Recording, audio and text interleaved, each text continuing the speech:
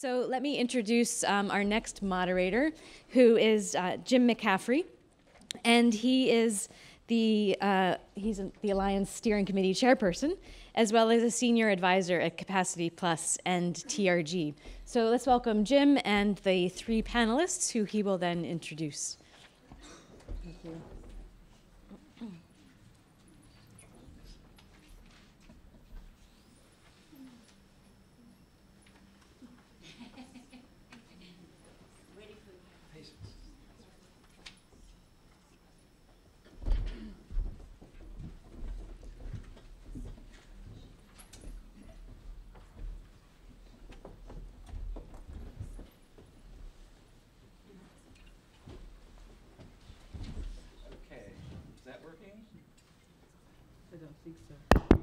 Yes, it is.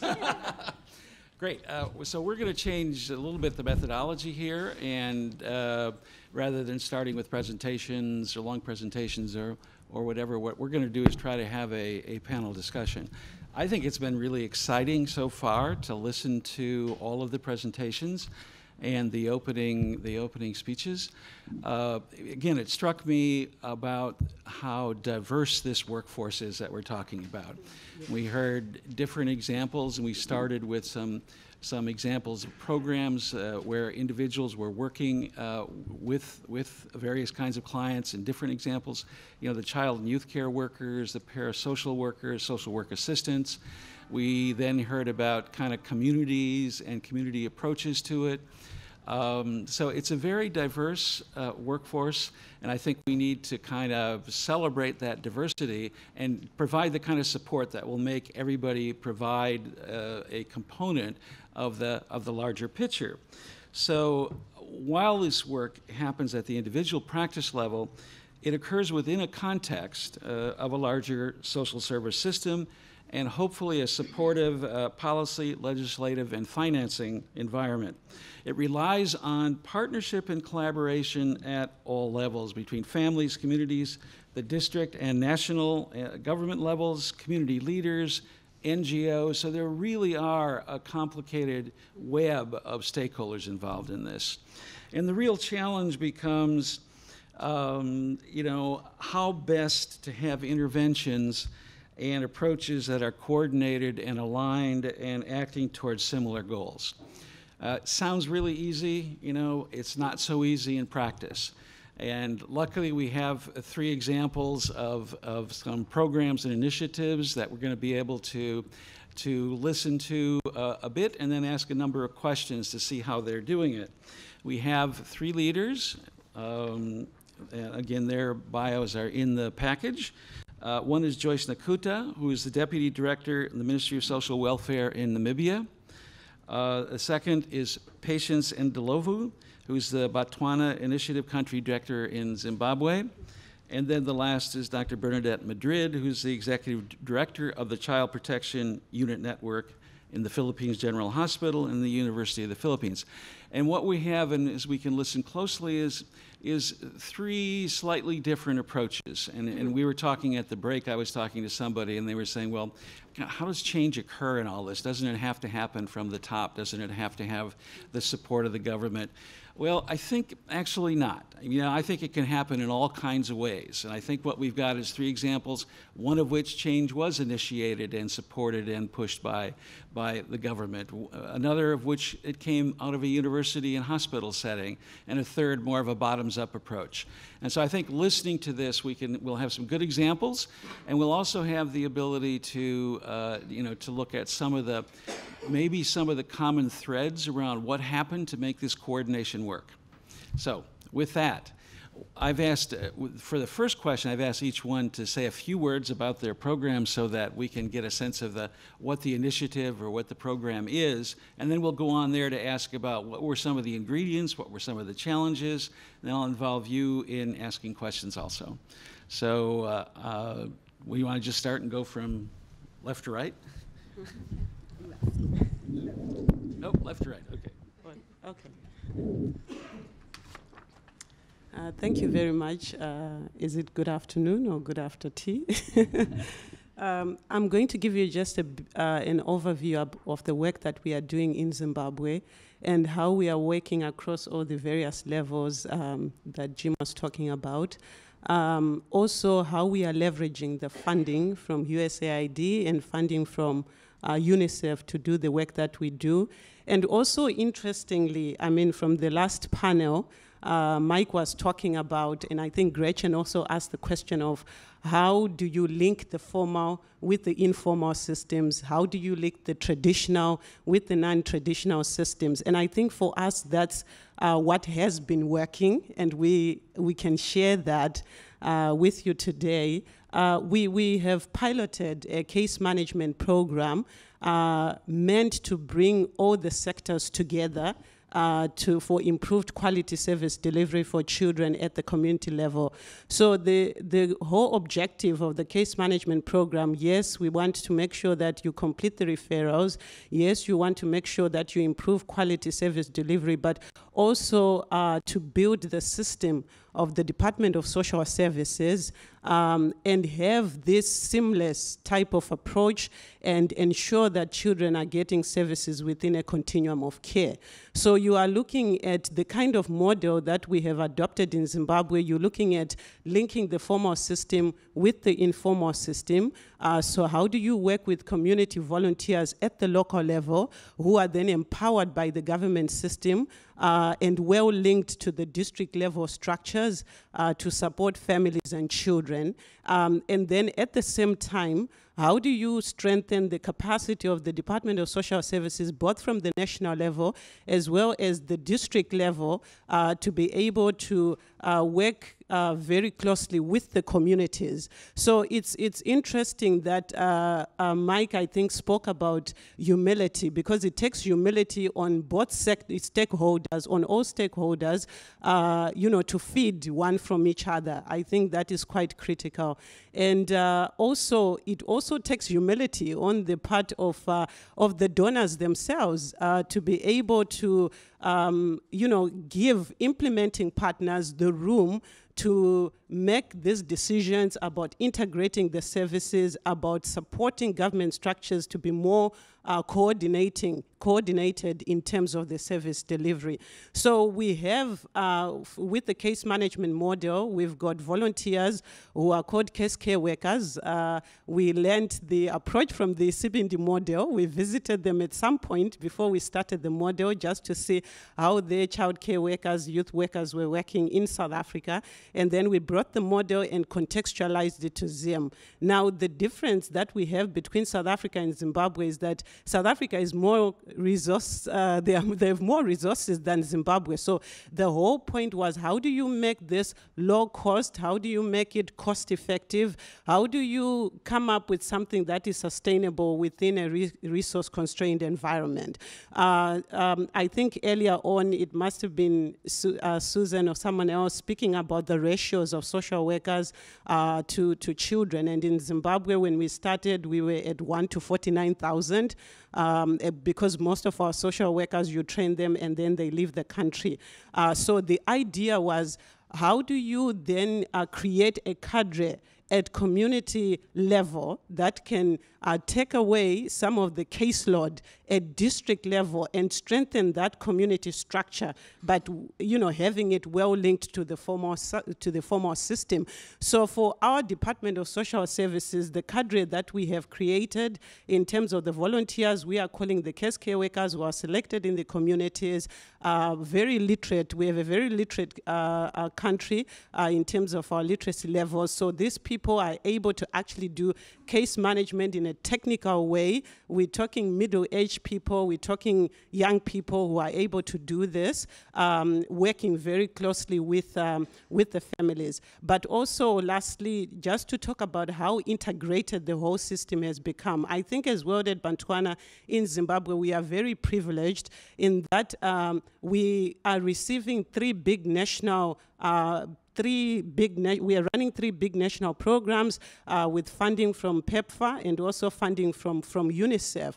So while we piloted the case management program under USAID funding in a previous in a project that we ran from 2008 to 12, the model was then taken up by UNICEF to scale up in about 11 districts. And now we have more funding from USAID to scale it up to even, more districts. So the whole idea for our Department of Social Services is that we need to have this case management approach implemented in all our 65 districts in the country, because now the program has been taken up by the government. It is owned by the government. We have worked with the government to build their capacity to place social workers in various districts, and through an investment case and the evidence that people are seeing on the ground, we now have our treasury putting more resources into the whole social service workforce. And I think I will talk a little more about later on, I think, about how even with some of the programs we are implementing, workforce strengthening programs with PEPFAR funding, how all of this is feeding together, because you cannot strengthen just the community level structures and then you ignore the other levels. So while you're strengthening the community level structures, we also have, coordinated strengthening at the national level, where we're dealing with supporting government to come up with protocols, referrals, standards of childcare and so forth. At the same time, we're working with professional bodies, National Association of Social Workers, to provide us with interns through an internship program. We're also working with private sector where we don't have resources to support some of the services that we need support for the children. And we're working with universities as well to build, diploma programs, certificate programs. So it's a very integrated and coordinated system. But I think it's because we are just privileged that, we are in a unique position where we're getting all this funding from the various donors, and that funding is leveraging off of each other and providing the kind of impact that we are seeing to the children. So I think in a nutshell, that's what we're doing, and we'll hear more with the discussions. All right, thank you very much, Patience. And I think we could get just an image of all the various stakeholders that they're involved with, and also the idea that you just brought up at the end around taking more of a systems approach to a particular change process as opposed to just one element of it. And I like the word humility, which you used again. We don't always hear that used. We've heard it twice this morning. All right, so Bernadette, do you want to talk a little bit about the Manila and the Philippines? Yes, we are about protecting abused children. And so before we started our program, we asked the question, what do abused children need? Okay, what kind of services, what resources, and how do we put them together, and what kind of delivery system that will be? And so based on our needs assessment at the university, we decided, together with the people that who feedbacked, you said, oh, this is what we think the abused children needed. So actually, it's not new. We found that they needed medical services, they need psychosocial services, they needed legal services and support for their families. And so we decided to put them all together under one roof in a child protection unit. So as most programs develop, it started as a pilot program at the university, putting together physicians, social workers, psychiatrists and psychologists, and police, and a lawyer under one roof. Now, it worked, so when I say it worked, that meant that children were brought to the hospital, the re-abuse rate was low, and it increased reporting. And so the next question was, so how do we scale it up, knowing that resources are not the same across the country? And so the delivery system that we chose was health, but then the different personnel came from different departments or ministries. So that meant having a collaboration with all of these ministries so that they would allow their workers to work together under one roof. So in the beginning, it was mainly a memorandum of agreements from the national level, and looking at which government hospitals, this could be done. It took quite a while, and at different levels, the different services were not the same. But now I think the idea has caught on, and the Department of Health has come out with a memorandum order, and the police have come out with their own different reorganization of their divisions. And for social work, it could either be from the hospital or from the local government, and that needed legislative action from the local government. So a lot of advocacy. I think that for collaboration to happen, people have to see that there is mutual benefit. I don't think that anyone will collaborate if they don't see any benefit, or that there is a career path for them to take. What we wanted to take away was that this should just become volunteer work. Because volunteer work, so what's the standards? You know, how do you keep it? How do you grow it? And how about, you know, monitoring? Who is accountable? So we wanted an institutionalization of the child protection units.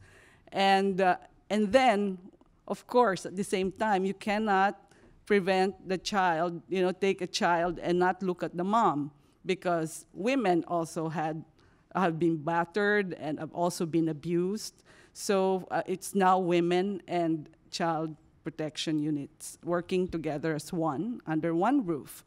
And so the goal right now for my country is that within 2 hours, any abused child or abused woman would have access to services provided by trained personnel. And since we are an archipelago with 7,100 islands, geography is a challenge. Of course, the human resource development is another challenge.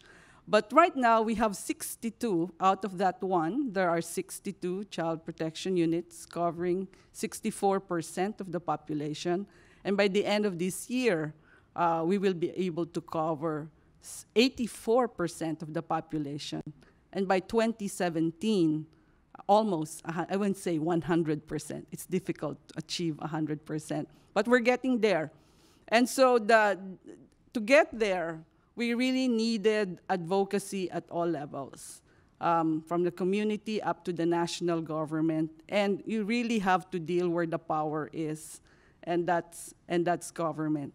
And you need credibility to be able to deal with governors, you know, with congressmen, with senators, because they're the ones who provide the budget and the line items.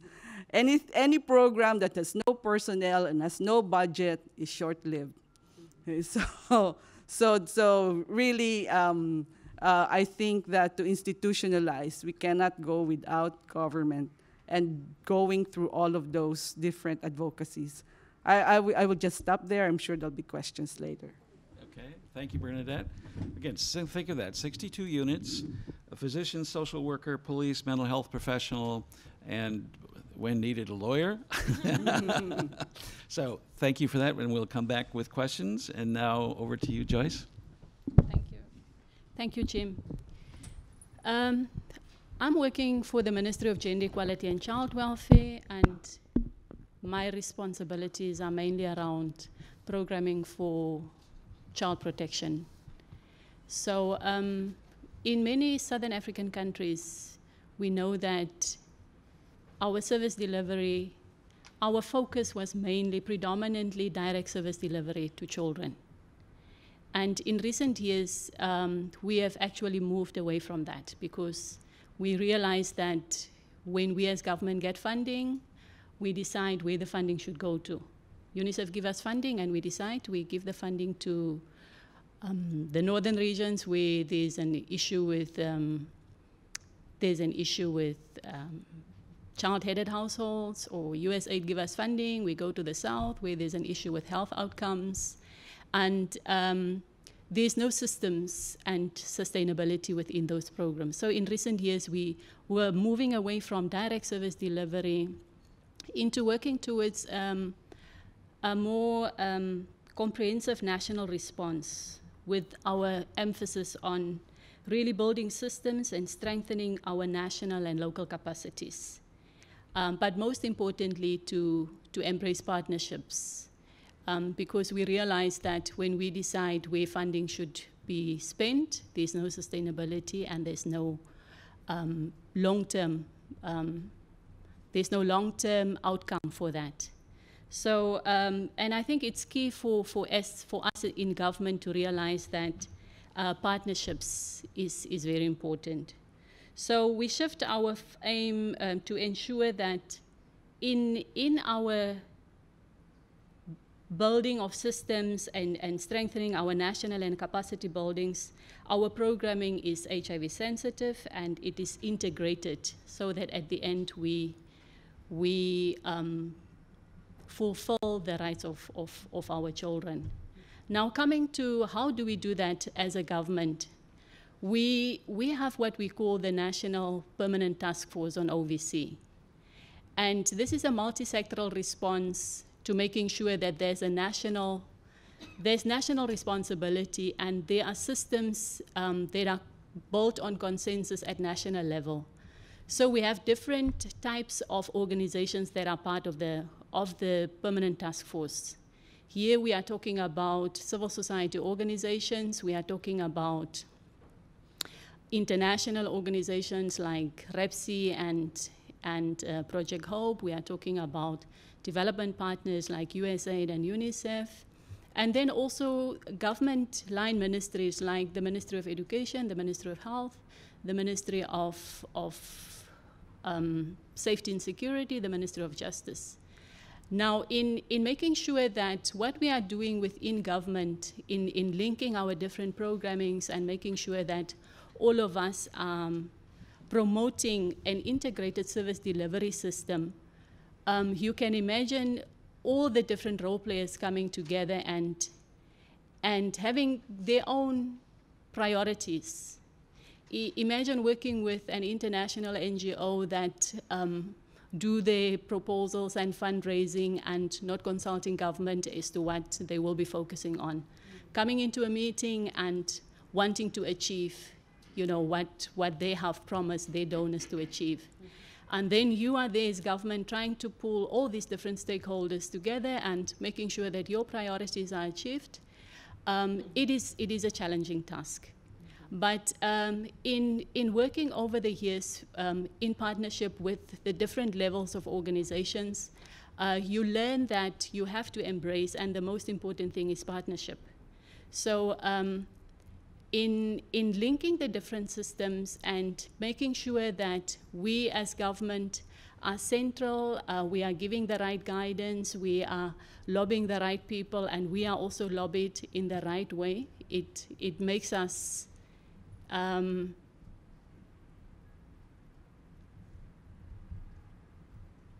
it helps us at the end to promote children's rights so that we as a government are seen to be doing the right things. Okay, great. So 3 good examples. Now, the question that I thought we'd start with is, and you talked in the end, Joyce, about having to embrace partnerships. Bernadette, you were talking about the kind of formation of these teams originally and on a pilot basis, and patients, I mean, when you were starting at the district level in some ways, but then with a whole range of stakeholders. Could you describe one of you, not in any particular order, a particular ingredient or action that you took that showed that, for example, that people should trust in the government to embrace that partnership? It's one thing to say, you know, we're trying to promote a partnership, but what kind of actions that help promote that?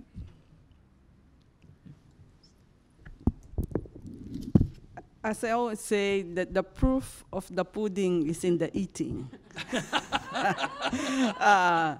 I mean, it's very nice to say, you know, that we put together all of these teams and then doesn't work, you know, the children and the families who come in don't like it, or they're not helped at all.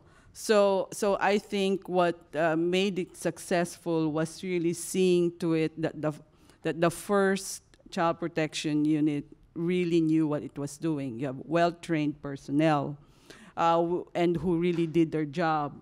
and who were highly motivated, you know, because once people see that and they see the results, then it was easy to advocate and to lobby that this is the model, as was said earlier, that can be franchised. So for us, you know, the convincing was in the first 5 years. It must also have been rewarding to the people who were involved in providing the services because they could see it was working. So.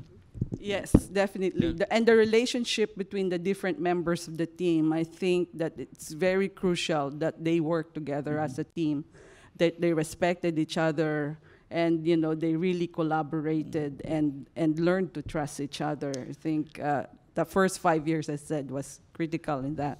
Well, I was going to say, I think it's pretty common for physicians, social workers, police, and mental health professionals to work together without any problems.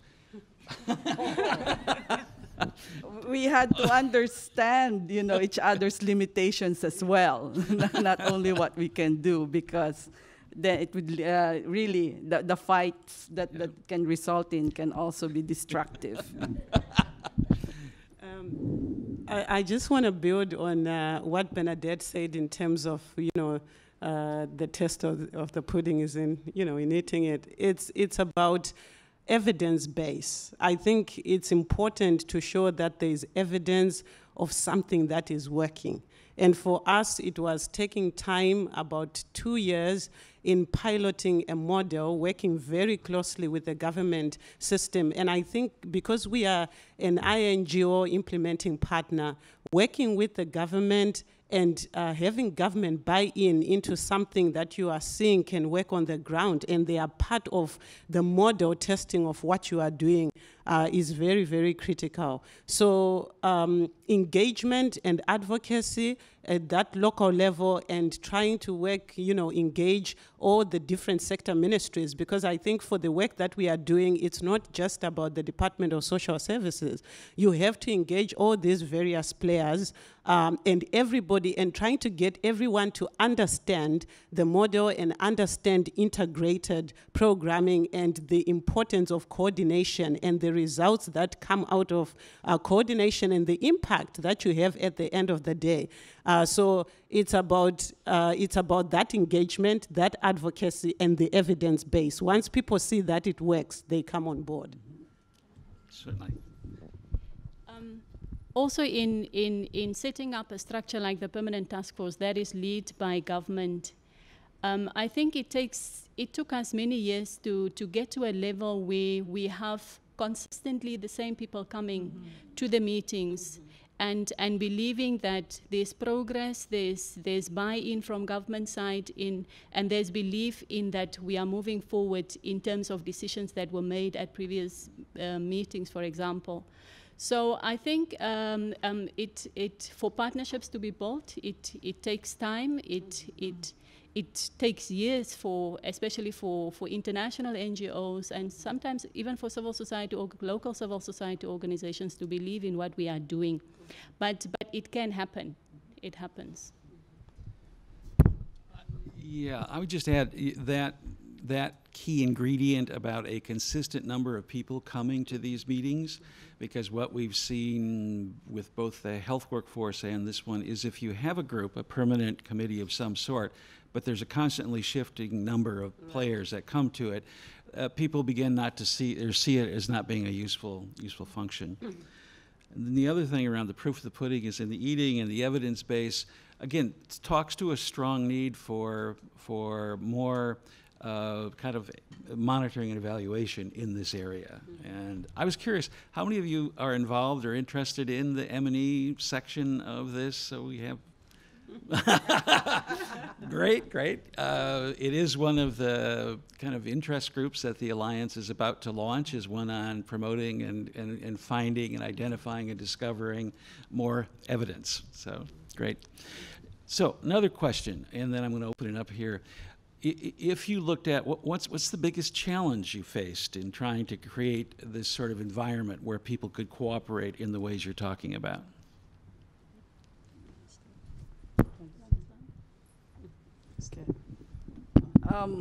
different things. For the different sectors, it was different things. Like for the doctors, for example, to change practice on how to do even just the plain physical examination of an abused child. For them to accept that they're not doing it the correct way, you know, and they think they're the expert. And even to think that child abuse is a health problem and not just a social work problem. That took a lot of convincing, and that meant dealing with the professional societies as well. And including it in, you know, then you go into the curriculum, undergraduate curriculum, and so forth. And when you talk about the police, you know, changing practice within the police force is very difficult. But then you have to find out that the police is a hierarchical organization, wherein the general has a lot of say. And so if you convince the general, it goes down the line pretty quickly. When you look at the lawyers, it's the Supreme Court. So what the Supreme Court says is immediately like the law. So we deal with the Supreme Court. And when they bought on, everyone followed quite quickly. So it's really recognizing where the change can come from. Yeah. Yes, what you can leverage, and that's what we go for. Now, Bernadette is a physician. You didn't describe how you change physicians. First of all, really, it's as I said initially, it's a question of credibility. So the first people who did this work were highly qualified, came from training programs that were well respected, and so you know, what we said was believed. It couldn't have come from somebody who was an unknown and was not accepted by the society. So it has to come from a leadership position, is what I might say. All right. For us, in being a coordinating body like the Permanent Task Force, you need something to coordinate. If you bring people together, number one, they need to have an interest. They need to have buy-in in what you are doing. So our biggest challenge as a ministry coordinating children's issues in the country is to get that consensus on what is it that we come and discuss, and what is it that we at the end wants to coordinate. So we needed to decide on one type of an agenda. And what we have done is to develop what we call a national agenda for children that is comprising of a document that are promoting children's rights. And all the different organizations, be it an international NGO, a local civil society organization, a ministry, the development partners that are working in the country, they contribute towards developing this national agenda for children. And once we had that, it was much more easier to really coordinate and work together. Okay. So again, a challenge there is finding something really important to coordinate so people see it as worthwhile for the kind of the level of people that you want in that kind of body. Mm-hmm. Patience? Yes, I think it's more or less the same. It's because people are so much used to working in a siloed approach, and you are trying to get everyone, you know, to have the same common goals and vision. So it takes a long time to get people to come together and rally them around a common vision and a common goal. So we're talking different stakeholders, there's different civil society organizations that are involved at community level in meeting all these services for the kids. You're talking about different government sector ministries and so forth. So it takes a long time to get everybody to rally around that one common cause and see, you know, the benefits in doing integrated work and integrated service delivery at that community level. But not just at the community level, the national level as well. Right now, what we are working on with the Department of Social Services is to now get all the different sector ministries to come on board, because sometimes at the district level, it's a bit easier in that as long as you have one key government ministry that is driving the agenda, they bring everybody together at that local level, and people quickly buy into something something that you want to work on. But at the national level, where each sector ministry is pushing its own agendas, you know, Ministry of Education is talking about education for all by 2015, Ministry of Health has a different focus. But how do you get all those people to rally behind this common vision and still say, as Ministry of Health, we have a part to play in social service delivery, and therefore we should be part of it. So that takes a lot of engagement because of the competition too that is happening between the various sector ministries at that level. It is interesting that in some ways it is easier to get that kind of cooperation at the community level closer to what's happening than at the national level, where you have budgetary issues and policy issues and so on to fight through that. So let me ask, go ahead, yes. No one asked about how about the social workers? I always said that from the beginning that our social workers, I don't know if you will take this badly, but I said they were like the amoeba. They can take on any form. So whatever was lacking, we said, let the social workers do it. Because, you know, the doctor is pretty well defined, the police is pretty well defined, same with the lawyers and the police. But the social worker, they filled in all the little niche and crannies that no one else did. So right now, for example, because we are very short in mental health resource, we're developing the social workers to deliver the mental health part, like cognitive behavior therapy. Yeah. So they were the ones that glued everything else. All right, so there's a new image, a social worker as amoeba. Okay. Let me ask any questions from the audience for any of this, or anywhere. Maury. You've taken over Gretchen's role here as the...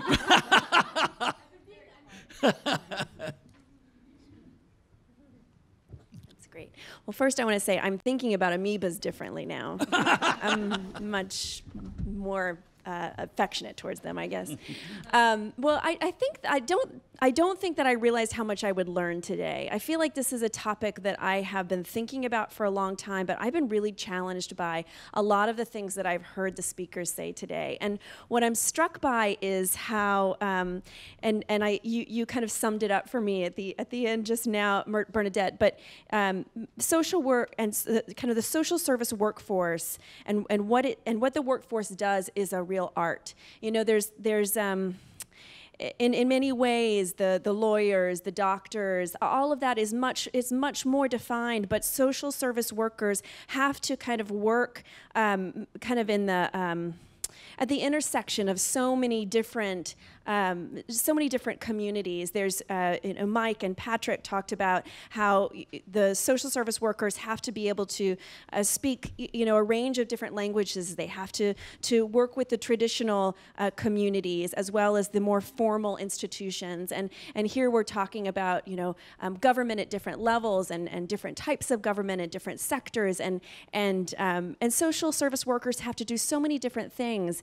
And then I'm also remembering a conversation that we had yesterday, Patience, about one of the things that we're learning from the violence against children's studies, and particularly the one in Zimbabwe, is that the children, the population we're talking about today that we care so much about, is sometimes a perpetrator of violence against other children, and how my tendency is to think about people in terms of good and bad and my job and not my job, and how social service workers have to kind of see the whole person as well and work with the whole person and work with the community, not to divide it into the bad people and the good people, but to continue to maintain kind of a balance within the community and a peace within the community, and how hard that is. So anyway, my question. Sorry, that was a lot of commentary. I'm sorry, I'm feeling like maybe the need to have therapy now to kind of debrief my session with you all today. But I'm challenged by that and how to talk about that, because I feel like one of the things that we struggle with within the social service workforce is articulating what we do. And I feel like today I'm coming away maybe even less clear about that and how to talk about that. So I wonder if you could help us we started with a definition of the social service workforce and what they do. I wonder if we could come back to that and you could help us think of a way to define that in maybe a broader way and talk a little bit about this art of social service work. I'm trying to digest all of that. But I think you're very right when you call it the art. It's a real art. And when I was listening to the previous panels, the social service workforce is like an ecosystem of its own that is linked to all these other sectors. And you almost have to become a jack of all trades and a master of none, because we know that doctors, are doctors, and lawyers are lawyers. But when we are doing social service work and you have children who have health issues, you have to get an understanding of basic health care, pediatric ART. We often laugh in our office when we do proposals, because now you have to understand what, the rates of pediatric ART uptake and all of those, critical issues. So I think it's really an art of bringing everyone together to rally around issues, social issues, in relation to children and families. And I think the critical role we play is a coordination role, because everyone is so siloed in their way of doing things. Doctors are doctors, they just do doctor stuff. They are not thinking about what are the other broader social service issues out there. So I think we have a critical role in coordinating all of these players to ensure, comprehensive child well-being. I think for now, that's what I could say. Yeah. Yeah, I also think that the art in providing a workforce that really responds to what is happening at the different levels is complicated, and you need to recognize that in different communities it is perceived differently. I think for us, what we see as the workforce and what we have been trying to develop the last couple of years in making sure that at community level we have people that respond through psychosocial support. It has been at government level recognized as these are the social workers. Why do we need more social workers? We don't need to train any more social workers or make provision in our structures for more social workers to be employed and register with the social workers board. So I think it is really an art. The important thing is really at our different communities and in our different systems, there should be recognition for people that are doing work that meaningfully contribute to the uplifting and the protection of our children.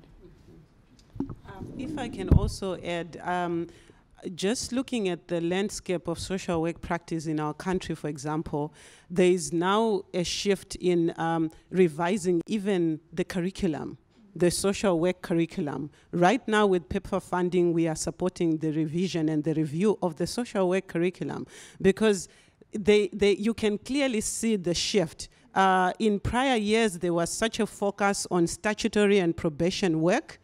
But now you have to shift that, because these social workers have to deal with developmental issues, sustainability issues, get an understanding of the various areas of service delivery, from health to education to legal, all of those pieces, and yet they are not trained for that when they go to social work schools. So we are also changing that, the curriculum, because you can see that these people are quite critical, but they do not have enough to respond to the issues that are emerging from a developmental and a sustainability type of approach. Yeah. Great. Can I add and say, why can't the social worker just be a pluripotential stem cell that can develop in any way to bring about social good, be it individual change or societal change? I mean, that seems to be what it is. First it's an amoeba, and now it's a stem cell. Anyway, this is terrific. It is now kind of getting towards the close, so this was great, and I want to thank all three of you. This was terrific. Thank you. You can wait just a second. I'm just going to say a few final words, and then we'll wrap up. Going back to Susan's talk at the beginning, I thought she found some wording I liked about the basic goal of what we're about, which is promoting the resilience of families and children. In some ways, that turned things around and made a very positive approach to it. I mean, it's positive to say child protection, but somehow promoting the resilience of it just struck me as being really great. I think just listening to all of this, kind of the need to recognize and celebrate and support the diversity of the workforce at its different levels, and we heard lots of examples of that. Secondly, the working around making the appropriate linkages around trying to create some synergies at different levels, complementarity, cooperation, again, very, very important. So for me, those are two kind of images that come through, as well as the kind of different metaphors for the social welfare workforce. Just some thank yous for all the speakers and panelists who participated this morning. In particular, I want to thank some people that helped organize this. Amy Bess, who I think you saw around with names, so let's give her a hand. And I think some behind the scenes, Alex Collins, who's sitting there behind the pole. Alex. And Ann Yang where's Ann? She's back there. Thank you, Ann, for Care Health. I also wanted to thank Maury Mendenhall. In particular, Maury has been a staunch supporter of social service workforce strengthening for 4 years now, or probably beyond, but certainly the last 4 years. But it's two things. One is the support is enthusiastic support. It's also substantive support. So I've enjoyed the interaction with you over the last 4 years, and I think we've all benefited by that. So this is terrific.